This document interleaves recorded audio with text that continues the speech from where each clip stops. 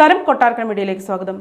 ഛത്തീസ്ഗഡിലെ സുഗ്മയിൽ മാവോയിസ്റ്റ് ആക്രമണത്തിൽ വീരമൃത്യു വരിച്ച മലയാളി CRPF ജവാൻ വിഷ്ണുവിന്റെ മൃതദേഹം ഇന്ന് നാട്ടിലെത്തിക്കും. തിരുവനന്തപുരം പാലോട് കാലൻകാവ് സ്വദേശിയാണ് കൊല്ലപ്പെട്ട വിഷ്ണു. സുരക്ഷാ സേനയുടെ വാഹന വ്യൂഹത്തിന് നേരെ IED ആക്രമണമുണ്ടാവുകയായിരുന്നു.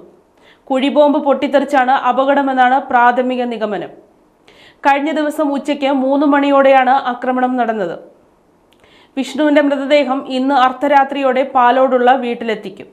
അടുത്ത മാസം 15-ന് നാട്ടിലേക്ക് വരാനുള്ള തയ്യാറെടുപ്പിലായിരുന്നു വിഷ്ണു.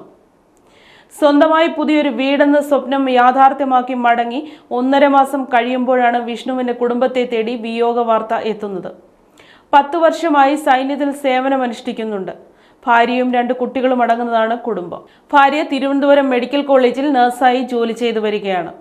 വീരമൃത്യു വരിച്ച രണ്ടാമത്തെ ജവാൻ UP സ്വദേശിയാണ്. കാൺപൂരിൽ നിന്നുള്ള 29-കാരൻ ശൈലേന്ദ്രയാണ് വീരമൃത്യു വരിച്ചത്. ഇരുവരും കോബ്ര 201 ബറ്റാലിയനിലെ ജവാന്മാരായിരുന്നു.